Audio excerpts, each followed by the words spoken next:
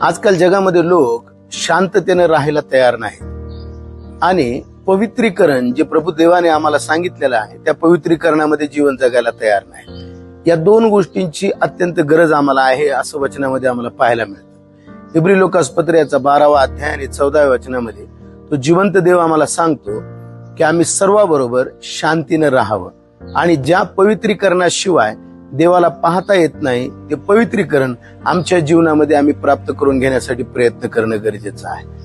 आजकाल आम्हाला या गोष्टीकडे जास्त लक्ष देणं गरजेचं आहे की आम्ही इतरांबरोबर शांतीने राहावं, शांती प्रस्थापित करणारे लोक आम्ही बनावं आणि जिवंत देवाचं पवित्रीकरण आमच्या जीवनामध्ये कसं येईल या गोष्टीकडे आम्हाला जास्त लक्ष देणं गरजेचं आहे.